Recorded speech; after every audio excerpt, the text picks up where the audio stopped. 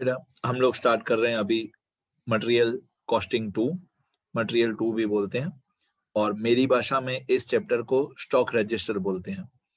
बहुत ही easy chapter है। अगर आप लोगों को एक बार कैलकुलेशन दिमाग में बैठ गई कि इस चैप्टर में करना क्या है, तो बहुत ही इजी चैप्टर है। ये क्वेश्चन है इसका, क्वेश्चन नंबर 1। यहाँ पे लिखा है the following are the transactions receipts and issues of an item of raw material, और यहाँ पे 2011 लिखा हुआ है और मार्च लिखा हुआ है। अब डेट दी हुई है आपको, यहाँ पे डेट में दिया हुआ है, ये क्वेश्चन है पूरा, मैं क्वेश्चन रीड कर रहा हूँ। डेट में 1, 4, 6, 10, 15, 20, 23, purchase purchase issue purchase issue purchase issue. ये क्वांटिटी आपको दी हुई है, यूनिट्स क्वांटिटी दी हुई है 600, 1200, 1000, 1400, 1600, 600, 200। ये प्राइस पर यूनिट दिया हुआ है 1.5 रुपीज, 2 रुपीज, 2 रुपीज, 2.5 रुपीज। ठीक है, बहुत ही धीरे धीरे मैं शुरू करूंगा क्योंकि पहला क्वेश्चन है, ध्यान से सीखते जाना। Ascertain the quantity of clothing stock as on 31st March and state what will be its value in each case if the issues are made under the following methods. First in first out, इसको हम लोग shortcut में FIFO बोलते हैं। First in first out मतलब FIFO, तो इसको हम लोग फीफो बोलते हैं।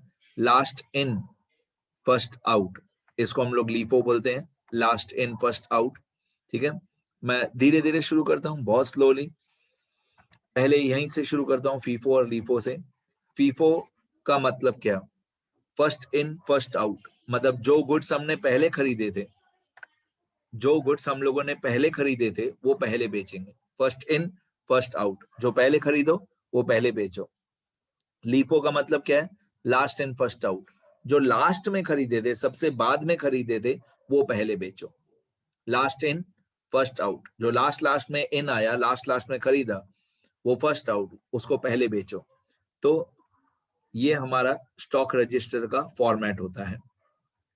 ये जो अभी आपको आंसर दिखाई दे रहा है, इस तरीके का फॉर्मेट आप लोगों को हर क्वेश्चन में बनाना है। स्टॉक रजिस्टर ऑफ, यहाँ पे लिखा हुआ है, हेडिंग 4 लाइन की हेडिंग होती है हमेशा। स्टॉक रजिस्टर ऑफ, यहाँ पे ऑफ के बाद कंपनी या बिजनेस का नाम लिखना है, जिस कंपनी का हम स्टॉक रजिस्टर बना रहे हैं। फॉर द पीरियड फ्रॉम, कभी कभी 1 महीना होता है, कभी 2 महीने, कभी 3 महीने का स्टॉक रजिस्टर पूछते हैं एग्जाम में। बाय, यहाँ पे मेथड का नाम लिखना होता है। अब मेथड इस चैप्टर में मेनली तो 4 ही मेथड होते हैं, बट और भी डिटेल में बहुत सारे मेथड दूसरे भी आ सकते हैं। मेनली 4 मेथड होते हैं। मैं अभी मेथड्स का नाम नहीं बताऊंगा। अभी मैंने 2 मेथड ऊपर क्वेश्चन में रीड किए, फीफो और लीफो, और भी होते हैं। जैसे जैसे आते जाएंगे मैं बताते जाऊंगा। इस क्वेश्चन में कंपनी का नाम नहीं दिया हुआ है, तो स्टॉक रजिस्टर ऑफ मैं डैश डैश ही रहने देता हूं। फॉर द पीरियड फ्रॉम, इस क्वेश्चन में लिखा हुआ था मार्च 2011, तो मैं ऐसे लिखूंगा, for the month of March 2011। अब यहाँ पे एक बार मैं पूरा स्टॉक रजिस्टर बनाऊंगा, पूरा स्टॉक रजिस्टर फीफो मेथड से बनाऊंगा मैं, और एक बार दूसरी बार यही पूरा स्टॉक रजिस्टर मैं फिर से बनाऊंगा लीफो मेथड से। एक बार पूरा स्टॉक रजिस्टर फीफो से, पूरा क्वेश्चन आंसर स्टार्टिंग से एंडिंग तक कंप्लीट हो जाए, फिर पूरा स्टॉक रजिस्टर दूसरी बार बनाएंगे लीफो मेथड से। अभी कौन सा मेथड कर रहे हैं हम लोग? FIFO, first in first out. यहाँ पे डेट के कॉलम में जो क्वेश्चन में लिखा हुआ है मार्च 2011, वो डेट के कॉलम में लिख दिया। अब रिसिप्ट मतलब कितने गुड्स हमने खरीदे या कितने गुड्स हमारे पास आए। इनवर्ड इनवॉइस नंबर मतलब एक तरीके से परचेज का बिल नंबर, इसको रिक्विजिशन नंबर भी बोलते हैं। मैं बताऊं आपको स्पेलिंग, रिक्विजिशन नंबर भी बोलते हैं। जो परचेज का बिल नंबर होता है, इनवर्ड इनवॉइस नंबर, उसको रिक्विजिशन नंबर भी बोलते हैं। तो कितनी क्वांटिटी हमने खरीदी, कौन से रेट पर, कौन से रेट से खरीदी, रेट पर यूनिट और अमाउंट। ऑब्वियसली क्वांटिटी और रेट दोनों को मल्टीप्लाई कर दोगे तो अमाउंट आ जाएगा, अमाउंट इन रुपीस। उसी तरीके से इश्यूज मतलब कौन से ऐसे गुड्स हैं जो हमने इश्यू कर दिए, उसमें आउटवर्ड इनवॉइस नंबर मतलब जो हमने गुड्स सेल किए उसका बिल नंबर, क्वांटिटी क्या थी, रेट पर यूनिट क्या था, और अमाउंट क्या थी। बैलेंस कॉलम मतलब इतना खरीदा, रिसिप्ट मतलब इतना खरीदा, इशू मतलब इतना बेच दिया, तो बैलेंस मतलब कितना बच गया। खरीदा इतना, बेचा इतना, और बैलेंस या स्टॉक, इतना स्टॉक हमारे पास बच गया। Quantity, rate, amount. आप देखोगे तो बेसिकली 3 कॉलम है, बेसिकली रिसिप्ट, इश्यू, बैलेंस, और तीनों के अंदर फिर से तीन तीन कॉलम है, quantity, rate, amount, quantity, rate, amount, quantity, rate, amount. तो बेसिकली 3 कॉलम है और तीनों के अंदर 3 कॉलम है। ठीक है, सब में क्वांटिटी, रेट, अमाउंट तो है ही। रिसिप्ट में एक कॉलम एक्स्ट्रा है, इनवर्ड इनवॉइस नंबर। इशू में एक कॉलम एक्स्ट्रा है, आउटवर्ड इनवॉइस नंबर। और सबसे पहले एक कॉलम है डेट का। ओके, अब धीरे धीरे शुरू करके बता रहा हूं। सबसे पहले क्या आएगा, देखो इस क्वेश्चन में सबसे पहले मेरे को चाहिए ओपनिंग स्टॉक। अगर ओपनिंग स्टॉक दिया हुआ हो तो, वो इस क्वेश्चन में कहीं पे भी नहीं दिया हुआ है। अगर ओपनिंग स्टॉक दिया हुआ हो तो वो आता है फर्स्ट डेट पे और रिसिप्ट साइड पे। यहाँ पे मैं डेट में लिखूंगा 1, इनवॉइस नंबर पे मैं लिख दूंगा ओपनिंग स्टॉक। और अगर क्वांटिटी दी हो, मान लो 100 क्वांटिटी, मान लो क्वांटिटी दी हो 100, रेट दिया हो 7, तो 100 मल्टीप्लाई बाय 7 कितना हुआ, 700। अगर ओपनिंग स्टॉक दिया हुआ हो तो उसको रिसिप्ट में लिखते हैं, और यही 100 मल्टीप्लाई बाय 7, 700, यही बैलेंस के कॉलम में भी लिखते हैं।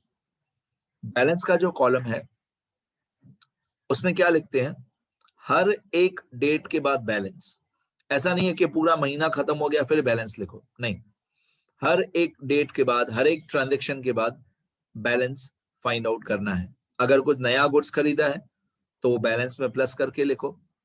अगर कोई गुड्स बेचे हैं, इशू किए हैं, तो बैलेंस में माइनस करके लिखो।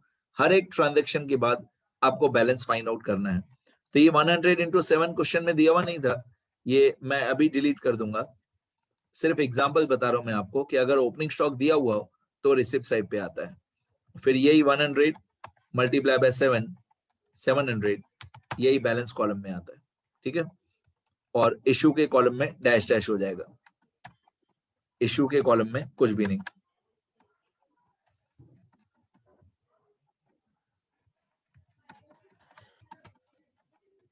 ठीक है, ये हो गया हमारा ओपनिंग स्टॉक। इस तरीके से रिकॉर्ड होता है। फिर जो भी डेट्स हो परचेज की, सेल की, वो सब रिकॉर्ड होता है। फिलहाल मैं ये ओपनिंग स्टॉक डिलीट कर देता हूं क्योंकि इस क्वेश्चन में ओपनिंग स्टॉक नहीं है। ओके, अब अपना क्वेश्चन शुरू करते हैं। अब यहाँ पे दिया हुआ है मार्च 1 purchase 600 units, rate 1.5 rupees per unit.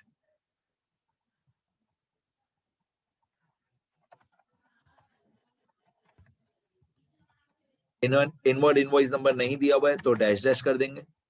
600 quantity purchase किया, रेट 1.5 रुपीज पर यूनिट। अब इन दोनों को मल्टीप्लाई कर देंगे, 600 मल्टीप्लाई 1.5, तो हमारी अमाउंट आ जाएगी 900। डेट में लिख दिया 1, ये हमने परचेज किया 600 यूनिट्स, रेट 1.5, मल्टीप्लाई करके आएगा 900। इशू हमने कुछ भी नहीं किया फर्स्ट डेट पे, तो इशू के कॉलम में डैश डैश हो जाएगा।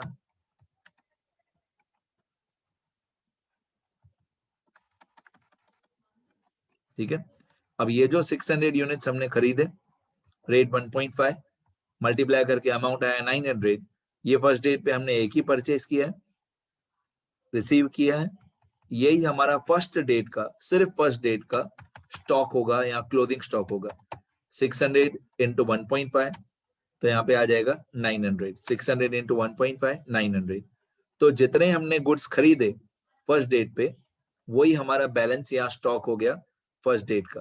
फिर फर्स्ट डेट कंप्लीट हो जाए तो उसके नीचे एक इस तरीके से अंडरलाइन कर देते हैं कि फर्स्ट डेट हमारा कंप्लीट हो गया, तो एक हम लोग ऐसे अंडरलाइन कर देंगे कि फर्स्ट डेट कंप्लीट हो गया।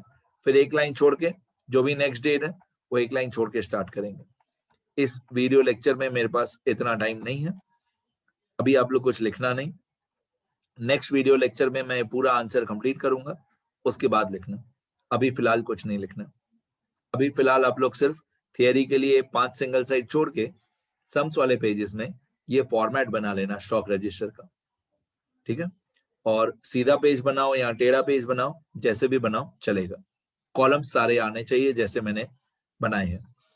मैं अभी पूरा आंसर कंप्लीट नहीं कर रहा हूँ, पूरा आंसर मैं नेक्स्ट वीडियो में कंप्लीट करूंगा, तब आप लोग लिखना। अभी सिर्फ फॉर्मेट बना लेना। नेक्स्ट वीडियो में मिलेंगे बेटा।